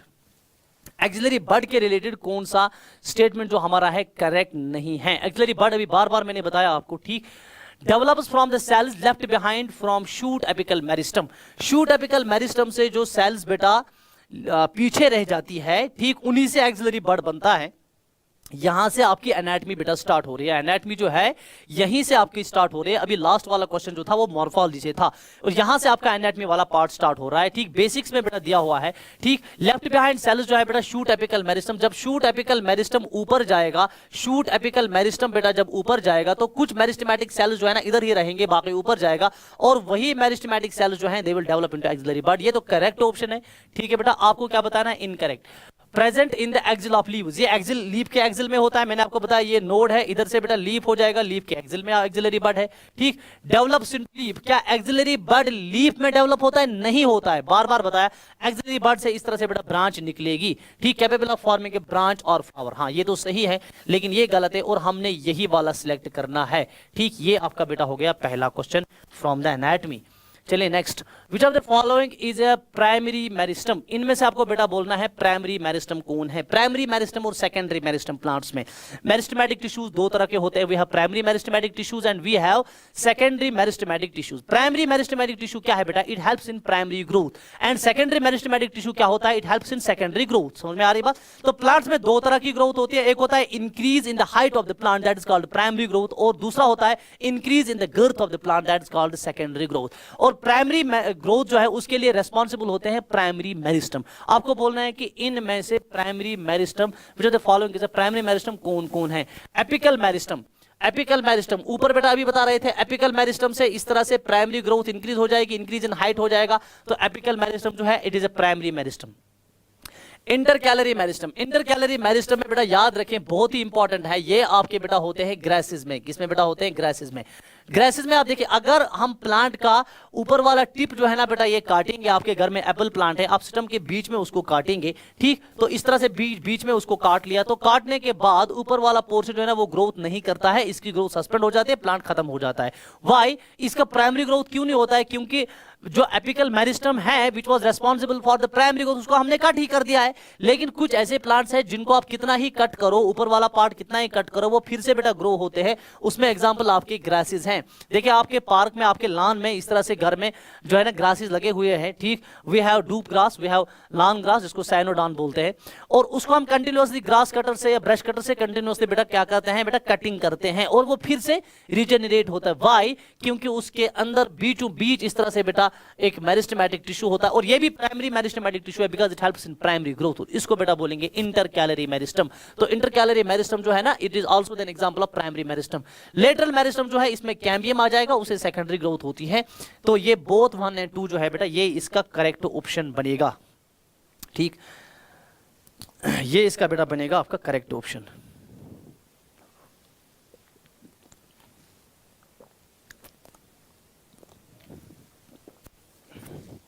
अल्हम्दुलिल्लाह। चलिए बेटा नेक्स्ट,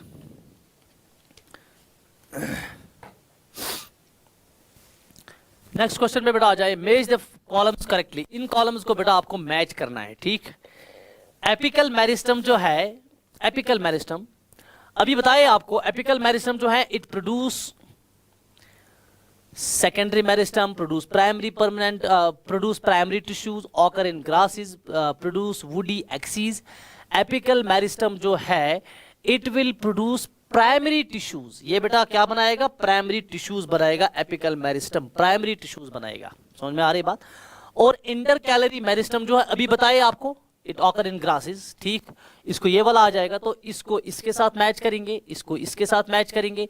लेटरल मेरिस्टम अभी बताया, ये सेकेंडरी मेरिस्टम बेटा बनाएगा। लेटरल मेरिस्टम जो है ना ये बेटा आपका बना, लेटरल मेरिस्टम सेकेंडरी मेरिस्टम भी बनाएगा, लेकिन लेटरल मेरिस्टम बेटा आपको वुड भी प्रोड्यूस करेगा, ठीक। हम इसको वुड लिखेंगे इसलिए क्योंकि कॉरक कैम्बियम ज्यादा इसके साथ बेटा सेकेंडरी मेरिस्टम के साथ ज्यादा रिलेटेड है बेटा कॉरक कैम्बियम। कॉरक कैम्बियम जो है, कॉरक कैम्बियम आपका बनाएगा सेकेंडरी मेरिस्टम, क्योंकि इससे डेवलप हो जाएगा। अब ऑप्शंस किस तरह से बन गए बेटा? ए के साथ सी आया, नहीं सॉरी एक minute, let me rub it, ये थोड़ा सा फिर से बेटा इसको रब करना पड़ेगा। चलिए फिर से बेटा बताएंगे, हमारा एपिकल मेरिस्टम जो है, यही तो हमने बताया था ना, एपिकल मेरिस्टम जो, मुझे शायद ये लिखने में इधर उधर हो गया था। एपिकल मेरिस्टम जो है it will produce primary tissues, सही। और इंटरकैलरी मेरिस्टम जो है इट ऑकर इन ग्रासेस, ठीक है बेटा। और हमारे पास बेटा जो लेटरल मेरिस्टम है ये प्रोड्यूस करेगा वुडी एक्सिस, और कॉरक कैम्बियम जो है बेटा ये आपका बनाएगा सेकेंडरी मेरिस्टम, ठीक। तो एपिकल मेरिस्टम जो है इसका हमें बी आएगा, ए के साथ बी आएगा। इंटरकैलरी मेरिस्टम इसके साथ बेटा सी आएगा, यही बताया था। लेटरल मेरिस्टम जो है इसके साथ बेटा डी आएगा, और कॉरक कैम्बियम जो है सेकेंडरी मेरिस्टम बनाएगा, इसके साथ ए आएगा। ये इसका करेक्ट आंसर है। चलिए बेटा next, which of the following statements is not correct about permanent cells? permanent cells के बारे में कौन सा स्टेटमेंट करेक्ट नहीं है? formed from divisions of both primary and secondary meristems, ये सही है। चाहे प्राइमरी मेरिस्टम हो चाहे सेकेंडरी मेरिस्टम हो, जब ये डिवीजन करेंगे उसके बाद बेटा ये बनाएंगे आपके पास permanent cells. Become structurally and functionally specialise, ये भी सही है कि परमानेंट सेल्स जो है ये इसीलिए परमानेंट होती है क्योंकि both structurally and functionally they become specialised. They lose the ability to divide, ये भी सही है। परमानेंट सेल जो है इनको एबिलिटी टू डिवाइड नहीं होती है, they can not divide further, only the meristematic cells can divide. समझ में आ रही बात? और कभी कभी किसी सूरत में परमानेंट सेल जो है ना फिर से रीडिवाइड करते हैं, वो अलग मसला है, लेकिन जनरली नहीं होता है। Constitute both permanent and meristematic tissues, हमारे पास जो परमानेंट सेल्स हैं they constitute both permanent and meristematic tissues. कभी कभी परमानेंट सेल्स जो है बेटा ये परमानेंट टिश्यूज भी बेटा बनाएंगे और कभी कभी ये मेरिस्टेमेटिक टिश्यू फिर से बनाएंगे, वो भी बेटा हम आगे देखेंगे किस तरह से बनाएंगे। समझ में?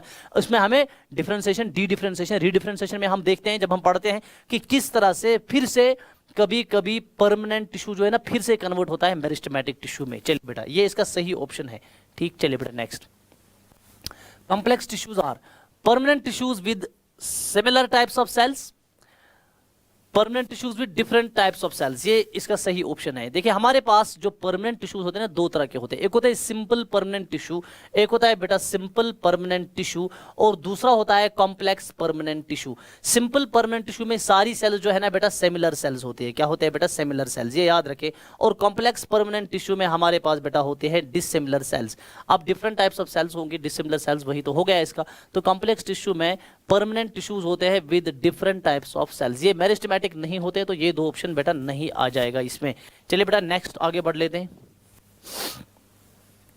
Which of the following forms a major component within plant organs? आपको बोलना है कि प्लांट ऑर्गन्स में इनमें से कौन मेजर कंपोनेंट बनाता है। मेजर कंपोनेंट बनाएगा आपका पैरेन्काइमा, कोलनकाइमा, स्क्लेरेन्काइमा, क्लोरेन्काइमा, ये ज्यादा पोर्शन नहीं बनाते हैं। प्लांट बॉडी का मेजर पोर्शन जो है ना वो पैरेन्काइमेटस होता है, ये याद रखिए, इंपॉर्टेंट है। चलिए बेटा next, Which of the following is not true for parenchyma? Parenchyma के लिए सही क्या नहीं है, यानी कि गलत क्या है। ठीक, बाकी सही होंगे। The cells of parenchyma are generally isodiametric, सही है। Cell walls are thin and made up of pectin, गलत है। सेल वॉल्स थिन होते हैं, यहां तक ये स्टेटमेंट सही है, क्योंकि पैरेन्काइमा सेल्स जो है बेटा इनका सेल वॉल क्या होगा? थिन होगा। And made up of pectin, pectin का नहीं, instead they are made up of cellulose. अगर आप अपनी टेक्स्ट बुक देखेंगे सेल्यूलोज का बना है, तो जब हमने पैक्टिन लगाया पूरा स्टेटमेंट ही बेटा ये गलत हो गया। मे बी क्लोजली पैक्ड, ये सही है। परफॉर्मेंस फोटोसिंथेसिस सिक्रीशन, ये भी सही है। तो ये आपका गलत ऑप्शन है और इसी को हमने चूज करना है। चलिए next, Which of the following occurs in layers in most of the dicotyledonous plants? आपको बोलना है कि dicotyledonous plants जो है ना उनमें से कौन सा टिश्यू जो है it occurs in layers। ठीक, तो पैरेन्काइमा जो है, ठीक, कोलनकाइमा जो है, स्क्लेरेन्काइमा जो है, इनमें से बोलना है कि लेयर्स में कौन सा होता है। कोलनकाइमा टिश्यू जो है बेटा ये अक्सर बेशतर होता है लेयर्स में in most of the dicotyledonous plants. समझ में आ रही बात? मेमोरी बेस्ड है बेटा, बहुत सारी क्वेश्चन इसमें। स्क्लेरेन्काइमा जो है ये किस में नहीं होता है? स्क्लेरेन्काइमा में देखेंगे it is found in fruit wall of nuts, it is found in seed coat of legumes and it is found in leaves of tea, but it is not found in petiole of leaf. चलिए बेटा next, simple questions देख लीजिए कितने बनाए। देखिए आप देखेंगे कि आपका जो नीट में पेपर आ जाएगा बॉटनी का, उसमें कुछ क्वेश्चंस डिसाइडिंग होंगे और वो क्वेश्चंस यूजुअली होंगे आपके 12th के पोर्शन में से और आपके फिजियोलॉजी के पोर्शन में से। और ये वाला पोर्शन जो है ना इसमें मेमोरी बेस्ड बहुत रहेगा बेटा। देखो आपको कुछ क्वेश्चंस मेमोरी बेस्ड भी आएंगे और बहुत सारे क्वेश्चन जो है ना सिंपल ही होते हैं। तो डिसाइडिंग होते हैं ना वो ज्यादा नहीं होता है, नॉट मोर देन 20-25%। ठीक है बेटा, बाकी जो है ना उस पर हर बच्चे का दस्तरस होता है, हर कोई बच्चा उसको कर पाएगा और डिसाइडिंग कुछ ही होते हैं। ठीक, और जो बाकी मेजर पोर्शन आपके पेपर का रहता है ना वो यही मेमोरी बेस्ड होंगे, बेसिक बॉटनी से होंगे, या अगर वो कुछ से फॉर एग्जांपल ये मॉलिक्यूलर जेनेटिक्स से होंगे या प्लांट फिजियोलॉजी, वहां से भी आ सकते हैं कुछ सिंपल क्वेश्चंस। ठीक है बेटा, लेकिन उनमें से कुछ डिसाइडिंग क्वेश्चंस भी आएंगे, कंसेप्चुअल भी आ जाएंगे। इसमें ये पूरा बेसिक बॉटनी चलता है। Which of the following is absent in gymnosperms? Gymnosperms बेटा बेटा वेसल्स एब्सेंट होते हैं। जिम्नोस्पर्म्स जो हैं दे लेक वेसल्स, आपके एनसीईआरटी पे दिया हुआ है। इसको मैं क्या समझाऊंगा, मुझे पता, मुझे कोई मैकेनिज्म थोड़ी समझाना है, मेमोरी बेस्ड है, इसको याद रखना है आपको। ठीक, ये ज्यादा टफ बनता है ना कभी कभी बच्चों के लिए, क्योंकि बच्चा मैकेनिज्म जब आप समझेंगे तो आपको याद रहेगा। इसी तरह से अगर आप कोई कंसेप्ट समझेंगे तो आपको याद रहेगा। तो जो ये मेमोरी बेस्ड क्वेश्चन होता है ना, ये मुश्किल होता है याद रखना। इसको रट्टा मार ले, रिवाइज कर ले, 3-4 बार 5 बार 10 बार रिवाइज करने पड़ेगा। समझ में आ रही बात? ठीक, भले ही आप उसको समझें कि किस, इसको याद रखना है, एग्जाम्पल्स को याद रखना है, इसमें ज्यादा समझने का कुछ नहीं है, बस थोड़ा बहुत याद रखना है। उसके बाद रिविजन कंटिन्यूअसली इसको बेटा इस वाले पोर्शन को करना है, तब जाके आपको बात याद रहेगी। Next, these are elongated tube like with lignified walls and tapering ends. What are these? देखिए बेटा, एक तो ये इस तरह से elongated है, tube like है, elongated tube like, these are elongated tube like with lignified walls and tapering ends. इस तरह से बेटा है, elongated है, tube like है, लिग्निफाइड वॉल्स है, वॉल्स जो है बेटा लिग्निन के बेटा बने हैं, इस तरह से लिग्निन के बेटा वॉल्स बने हैं, लिग्निफाइड वॉल्स, वाटर इम्परमेबल। समझ में आ रही बात? End tapering ends, ends tapering है, that means diameter is narrow towards the ends and diameter is wider in the centre. What are these? ये क्या है? ये हैं ट्रैकीड्स। ट्रैकीड्स बेटा इस तरह से होते हैं। समझ में आ रही बात? ट्रैकीड्स इस तरह से बेटा होते हैं। ठीक, तो ये डायग्राम जो बन गया ना, ये ट्रैकीड्स की बन गई। समझ में आ रही बात? ठीक, चलिए नेक्स्ट।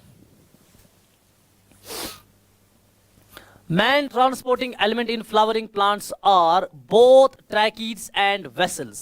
अभी बताया ना आपको, जिम्नोस्पर्म में वेसल एब्सेंट होता है, लेकिन एंजियोस्पर्म में वेसल प्रेजेंट होता है। और एंजियोस्पर्म में हमारे पास बेटा ट्रैकीड्स भी प्रेजेंट होते हैं। तो फ्लावरिंग प्लांट्स में वेसल भी, ट्रैकीड्स भी, मैन ट्रांसपोर्टिंग चैनल्स होती हैं। चलिए next, choose the incorrect statement about xylem vessel. Xylem vessels के बारे में इनकरेक्ट स्टेटमेंट को बेटा आपको चूज करना है। जाइलम वेसल के बारे में, made up of many cells called vessel members, ये सही है बेटा। वेसल्स जो है इनमें बेटा बहुत सारे सेल्स होते हैं, उनको बेटा वेसल मेंबर्स हम बोलते हैं, वेसल मेंबर्स, उनको बोलेंगे वेसल मेंबर्स। ठीक, contain lignified walls and large central cavity. Walls lignified होते हैं, सेंट्रल कैविटी बहुत बड़ी होती है, and they are devoid of protoplasm. इनमें प्रोटोप्लाज्म नहीं होते हैं, ये डेड सेल्स होती हैं बेटा। समझ में आ रही बात? जिसमें प्रोटोप्लाज्म नहीं होगा, ये क्या होगी बेटा? ये आपकी होगी बेटा डेड सेल। क्या होगी बेटा? ये डेड सेल। तो वेसल्स में याद रखें, they are made up of many cells called vessel members. Vessel members बेटा इनको बोलते हैं। Contain lignified walls and large central cavity. ठीक, ये एक वेसल बेटा आपकी हो गई। ठीक, लेट अस सपोज ये एक वेसल हो गई। ठीक, ये एक वेसल हो गई, इसमें लार्ज सेंट्रल कैविटी है। ठीक, लिग्निफाइड वॉल्स है, लिग्निफाइड वॉल्स हैं। ठीक है बेटा, लार्ज सेंट्रल कैविटी है, लिग्निफाइड मैनी सेल। इस तरह से बेटा दूसरा सेल मेंबर ऊपर होगा, उसको बोलेंगे वेसल मेंबर। ठीक है बेटा, they are devoid of protoplasm. Protoplasm इनमें नहीं होता है। समझ में आ रही बात? तो ये तीनों बेटा सही है। इनकरेक्ट क्या है? Presence of vessels is characteristic feature of gymnosperms. अभी भी बताया जिम्नोस्पर्म में वेसल एब्सेंट होता है। ठीक, तो ये गलत है और यही इसका सही ऑप्शन है। चलिए next, consider the following statements. Statement 1, protoxylem is toward centre in stem. सही है, स्टम में प्रोटोजाइलम सेंटर में होता है और मेटाजाइलम पेरिफेरी में होता है, और इस कंडीशन को हम एंड ऑरिज कंडीशन बोलते हैं। ठीक, statement 2, and ऑरिज condition is found in stems. Exactly, जब स्टम में प्रोटोजाइलम सेंटर में है, मेटाजाइलम पेरिफेरी में है, तो हम बोलते हैं कि स्टम में एंड ऑरिज कंडीशन। दोनों स्टेटमेंट क्या है बेटा? सही है। ठीक, तो हम लिखेंगे statement 1 is true, statement 2 can also be true. Simple. Gymnosperm lack, gymnosperm में क्या नहीं होता है? देखिए, वेसल्स नहीं होती हैं, मैं आपको बताया अभी। ठीक, कंपेनियन सेल भी बेटा नहीं होती हैं, सीव ट्यूब्स भी बेटा नहीं होते हैं। समझ में बेटा आ रही बात? ये तीनों चीजें जिम्नोस्पर्म में नहीं होती हैं, तो ऑल ऑफ द अबो बेटा इसका आएगा। This is very very important point, याद रखें। जिम्नोस्पर्म में वेसल नहीं होता है, कंपेनियन सेल नहीं होता है, सीव ट्यूब नहीं होता है। सीव ट्यूब कंपेनियन सेल जो है बेटा, ये होती हैं आपकी एंजियोस्पर्म्स में। ठीक, next, which of the following is absent in primary but present in secondary phloem. आपको बोलना है कि प्राइमरी फ्लोएम में क्या होता है जो सेकेंडरी फ्लोएम में नहीं होता है। फ्लोएम फाइबर्स, फ्लोएम फाइबर्स सिर्फ बेटा आपको सेकेंडरी फ्लोएम में लिखेंगे, प्राइमरी फ्लोएम में नहीं होते। प्राइमरी फ्लोएम में सीव ट्यूब होता है, कंपेनियन सेल होता है, फ्लोएम पैरेन्काइमा होता है। ठीक है बेटा। तो सेकेंडरी फ्लोएम में, सॉरी फ्लोएम फाइबर जो है ये सेकेंडरी फ्लोएम में बेटा एब्सेंट होते हैं, तो ये इसका सही आंसर बन गया। चलिए बेटा next, which are the following statement is not correct about epidermis. Epidermis के रिलेटेड कौन सा स्टेटमेंट जो है बेटा वो सही नहीं है? It is continuous outer most layer, सही है। यूजुअली सिंगल लेयर्ड होता है, इस तरह से बेटा एपिडर्मिस होता है आपका। हर प्लांट पार्ट में आप इस तरह से बेटा देखेंगे कंटिन्यूअस लेयर होती है बेटा, सिंगल लेयर्ड होती है, आउटर मोस्ट लेयर होती है, यूजुअली सिंगल लेयर्ड होती है। Small amount of cytoplasm in the centre, गलत है ये ऑप्शन। इसमें अगर आप अपनी टेक्स्ट बुक देखेंगे तो इसमें बेटा स्मॉल अमाउंट ऑफ साइटोप्लाज्म होता है बेटा इस तरह से, lining towards the cell walls और टुवर्ड्स द पेरिफेरी। साइटोप्लाज्म जो है it is shift towards the periphery. ये इस बेटा इसमें इस तरह से साइटोप्लाज्म होता है, तो सेंटर में साइटोप्लाज्म नहीं होता है, साइटोप्लाज्म बहुत ही कम होता है लेकिन पेरिफेरी की ओर होता है, और बीच में इनको इस तरह से एक बड़ा लार्ज वैक्यूल होता है। ठीक है बेटा, ये एक लार्ज वैक्यूल बीच में होता है, तो ये भी सही है, ये गलत है। Small amount of cytoplasm in centre, centre में नहीं बल्कि पेरिफेरी में साइटोप्लाज्म होता है। क्लियर? चलिए बेटा, Which of the following is not included in ground tissue system? Ground tissue system में कौन नहीं है? देखिए कॉर्टेक्स भी ग्राउंड टिश्यू सिस्टम में आ जाएगा, पेरिसाइकिल भी आ जाएगा, मीजोफिल भी आ जाएगा, फ्लोएम नहीं आएगा क्योंकि फ्लोएम आएगा आपका वेस्कुलर टिश्यू सिस्टम में, सिंपल वेस्कुलर बंडल में आएगा, वेस्कुलर टिश्यू सिस्टम में, तो ये इसका सही आंसर है। Next, radial vascular bundles are found in. Radial vascular bundle कहां पे होती है? रेडियल वेस्कुलर बंडल स्टम में होती है, लीव्स में होती हैं, रूट्स में होती हैं, ऑल ऑफ द अबो। देखिए रेडियल वेस्कुलर बंडल्स आपका रूट्स में बेटा होती हैं, समझ में आ रही बात? रेडियल वेस्कुलर बंडल जो है ये हर रूट में बेटा प्रेजेंट होती है। Radial vascular bundle, radial vascular bundle क्या है? When xylem and phloem are present at different radii. वो एक होता है कॉन्जॉइंट वेस्कुलर बंडल जिसमें जाइलम और फ्लोएम एक ही वेस्कुलर बंडल में हो। अगर मैं बेटा इस तरह से बनाऊं, ये इस साइड से आपका बेटा फ्लोएम हो गया और ये इस साइड से आपका क्या हो गया? जाइलम, तो this is conjoint vascular bundle. लेकिन अगर मैं फ्लोएम बेटा इस तरह से बनाऊं, ठीक, और इस तरह से जाइलम अलग बनाऊं, तो ये हो गया रेडियल वेस्कुलर बंडल। रूट्स में रेडियल वेस्कुलर बंडल होता है। क्लियर? चलिए बेटा next, initiation of lateral roots and vascular cambium during secondary growth takes place in.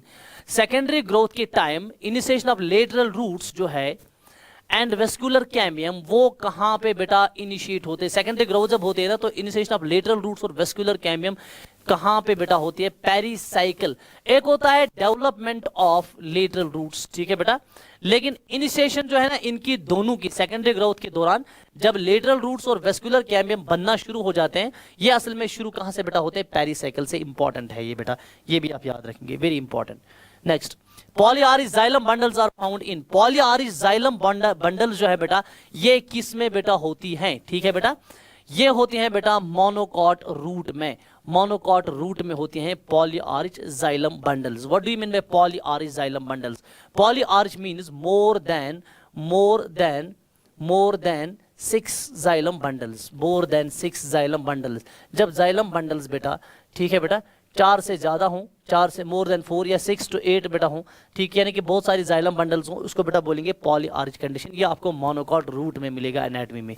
Clear? चलिए next, which of the following is referred to as star sheath in dicot stem. Dicot stem का anatomy बेटा जब आप पढ़ेंगे star sheath किसको बोला गया है? इनमें से स्टार शीथ किसको बोला गया? इंपॉर्टेंट बेटा आपके लिए है। हमारे पास एंडोडर्मिस जो होता है ना, हमारे पास बेटा जो एंडोडर्मिस होता है इसको बेटा हम बोलेंगे, इसको बोलेंगे एंडोडर्मिस को बोलेंगे हम स्टार शीथ, ठीक। हाइपोडर्मिस को नहीं, पेरिसाइकिल को नहीं, पीथ को नहीं, एंडोडर्मिस को हम बेटा स्टार शीथ बोलते हैं डाइकॉट स्टम की एनाटॉमी में, ठीक, क्योंकि इट स्टोर स्टार्च, इसमें बहुत ज्यादा स्टार्च स्टोर होती है, इसलिए इसको स्टार्च शीथ बोलते हैं, ठीक। चलिए next, vascular bundles with conjoint open with endarch protoxylem are found in. Endarch protoxylem अभी बोला कि नहीं बोला? When protoxylem is towards centre and metaxylem is towards periphery, stem में होता है ना, ठीक। तो इधर से आपको अभी भी समझ में आ रहा होगा कि एंडार्च प्रोटोजाइलम जो है इट रेफर्स टू स्टम, तो रूट खत्म। अगर इसमें कहीं पे रूट के ऑप्शन है वो खत्म हो गया, ये वाला खत्म कर दो, ये वाला खत्म कर दो, अब 2 स्टम। अब बोल रहा है vascular bundles with conjoint open, conjoint and open. Conjoint भी अभी बोला, when xylem and phloem are present in the same vascular bundle. ये आपका फ्लोएम हो गया, ये आपका जाइलम हो गया। अगर जाइलम और फ्लोएम एक ही वेस्कुलर बंडल में है, इसको बोलेंगे कॉन्जॉइंट। कॉन्जॉइंट के फिर से दो होते हैं, या तो ये कॉन्जॉइंट ओपन होगा या तो ये कॉन्जॉइंट क्लोज्ड होगा। कॉन्जॉइंट ओपन कब है? अगर इन दोनों के बीच में बेटा इस तरह से कैम्बियम प्रेजेंट है, कैम्बियम प्रेजेंट है तो ये कॉन्जॉइंट ओपन है। अगर ये कैम्बियम है बेटा, अगर ये कैम्बियम है, बताओ इस वेस्कुलर बंडल को मैं बेटा क्या बोलूंगा? मैं इसको बेटा बोलूंगा conjoint and open, conjoint and open vascular bundle. समझ में आ रही बात? अब कॉन्जॉइंट है, ओपन है, समझ में आ रही बात? व्हेन आई से ओपन वेस्कुलर बंडल, इसका मतलब है कि इसमें बेटा हो जाएगा secondary growth, increase in girth. And you know increase in girth monocots में नहीं होता है, सिस्टम में इंक्रीज इन गर्थ किन में बेटा होता है? डाइकॉट्स में होता है। सिस्टम यू नो, और कॉन्जॉइंट ओपन से समझ में आ रहा है डाइकॉट सिस्टम होगा। बहुत ही important question. Next, Which of the following statements is not correct about biliform cells? biliform cells बेटा दी हुई है, आपको बोलना है कि इनमें से कौन सा स्टेटमेंट सही नहीं है about biliform cells। ठीक है बेटा, तो biliform cells जो है these are modified adaxial epidermal cells. ठीक है बेटा, मोनोकॉट्स में होती है। ये हमारे पास मॉडिफाइड एडैक्सियल सेल्स होती है। ठीक, ये एडैक्सियल सेल्स होती है, यानी कि ऊपर वाली साइड से होती है। और दूसरा क्या है? Large colourless and empty cells. इस तरह से बेटा बिलीफॉर्म सेल्स होती हैं। These are large, these are colourless. ये एपिडर्मल वाल में बेटा होते हैं। बाकी एपिडर्मल सेल्स इस तरह से बेटा छोटी होंगे, बाकी एपिडर्मल सेल्स। लेकिन ये बीच में जो सेल्स है, देखिए अगर मैं इस तरह से बेटा बनाऊं बाकी सेल्स को, ये कलर्ड सेल्स है बाकी। ठीक है बेटा, ये कलर्ड सेल्स है, लेकिन बीच में ये सेल्स जो है ना, ये बिलीफॉर्म सेल्स है। ये एडैक्सियल ऊपर वाले साइड से होती है, कलरलेस होती है, लार्ज होती है, एम्प्टी होती है सेल्स। ये भी बेटा सही है। Expose leaf surface when turgid, जब लीफ में बेटा ज्यादा पानी, मोनोकॉट्स जो है ना, जब उनमें वाटर का कंटेंट ठीक ठाक होगा तो ये लीफ को एक्सपोज करेंगे। जब लीफ एक्सपोज हो जाएगा तो ट्रांसपायरेशन हो जाएगा। लेकिन जब वाटर स्ट्रेस कंडीशन होगी तो ये बिलीफॉर्म सेल्स क्या करेंगे बेटा? ये इस तरह से श्रिंक हो जाएंगे और लीफ जो है वो फ्लैसिड बन जाएगा। ठीक, और उसकी सरफेस कम एक्सपोज हो जाएगी। जब उसकी कम ही सरफेस एक्सपोज हो जाएगी तो वाटर लॉस बचेगा। यही रीजन है कि मोनोकॉट जो है उनको वाटर स्ट्रेस से ज्यादा प्रॉब्लम नहीं होती है as compare to dicots. Dicots में अगर वाटर की स्ट्रेस हो जाएगी, वाटर की शॉर्टेज हो जाएगी तो जल्दी फूड प्रोडक्शन में इफेक्ट पड़ता है। मोनोकॉट्स में से फॉर एग्जांपल आपका मेज प्लांट है, मकाई, ठीक, उसको यूजुअली अगर आप कम ही पानी भी देंगे उसको कोई मसला नहीं होता। It is because of the bulliform cells. ठीक है बेटा, इसका फोर्थ लिखा है stop gaseous exchange in water stress. No, water stress में भी गैसियस एक्सचेंज होता है, तो ये गलत है।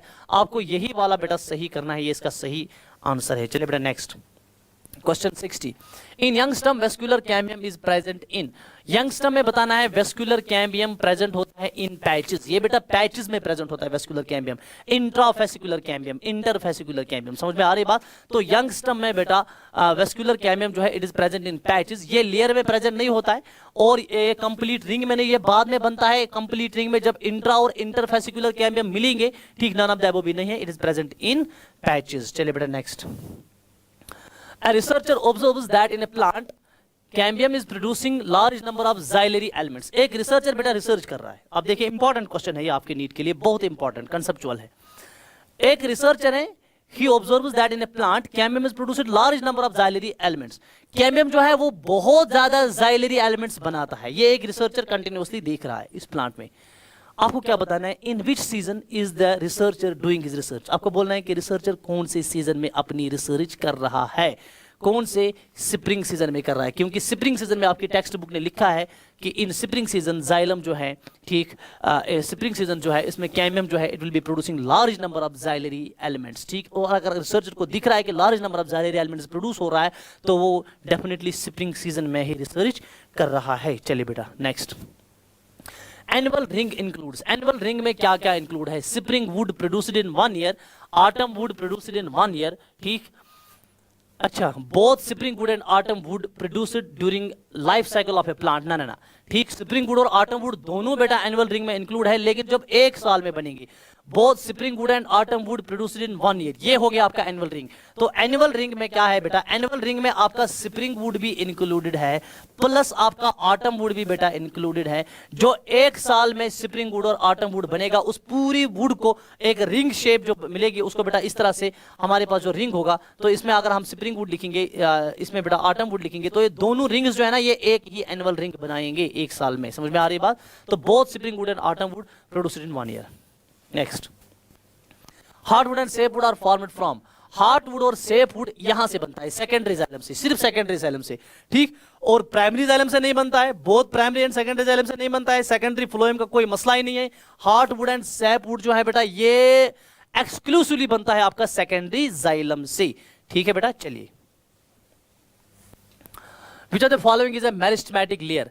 मेरिस्टेमेटिक लेयर कौन सी है? Phellem, phellogen, phelloderm, all of the above. Phellogen जो है बेटा, इसको हम दूसरा नाम बोलते हैं कॉरक कैम्बियम। हमारे पास दो तरह के बेटा मेरिस्टेमेटिक टिश्यूज होते हैं which are responsible for the secondary growth. एक होता है वेस्कुलर कैम्बियम, दूसरा होता है कॉरक कैम्बियम। कॉरक कैम्बियम किसका नाम है? फैलोजन का। और कॉरक कैम्बियम जो है बेटा ये मेरिस्टेमेटिक होता है। चलिए next. In dicot roots vascular cambium develops from. Dicot roots में वेस्कुलर कैम्बियम कहां से डेवलप होता है? Tissue below the phloem bundles, a portion of pericycle tissue, medullary rays. अगर आप इस तरह भी देखेंगे, मेडुलरी रेज का कोई भी वास्ता नहीं है वेस्कुलर कैम्बियम के डेवलप होने में। मैं थोड़ा सा बेटा आपको बताऊंगा। डाइकॉट जो हमारे पास रूट्स होते हैं, ये डाइकॉट रूट बेटा आपका हो गया। ठीक, ये आपका बेटा डाइकॉट रूट हो गया। और ये डाइकॉट रूट में लेट अस सपोज बेटा ये आपका हो गया पेरिसाइकल। क्या हो गया बेटा? पेरिसाइकल। अब पेरिसाइकल के अंदर लेट अस सपोज बेटा ये आपका बेटा हो गया फ्लोएम। क्या हो गया? फ्लोएम। ये भी बेटा आपका हो गया फ्लोएम। आपके एनसीईआरटी में भी कुछ इसी तरह की डायग्राम दी हुई है। ये आपका बेटा हो गया फ्लोएम। ठीक, और ये आपका बेटा हो गया, मैं दूसरा कलर बेटा इस्तेमाल करूंगा, थोड़ा सा अटेंटिव रहना। लेट अस सपोज कि ये आपका हो गया बेटा जाइलम। ये आपका क्या हो गया? ये आपका बेटा जाइलम, क्योंकि रेडियल अरेंजमेंट है रूट्स में, तो जाइलम फ्लोएम अलग अलग होंगे। मैं बार बार भी आपको बताया। ठीक, तो ये आपका बेटा हो गया इस तरह से जाइलम। क्या हो गया? ये हो गया आपको जाइलम। स्टार शेप्ड होता है, पहले वेवी होता है, रिंग लाइक नहीं होता है, इस तरह से वेवी होता है। तो ये जाइलम हो गया। चलिए इसको शेड कर लूं, मैं इसको शेड कर लूं।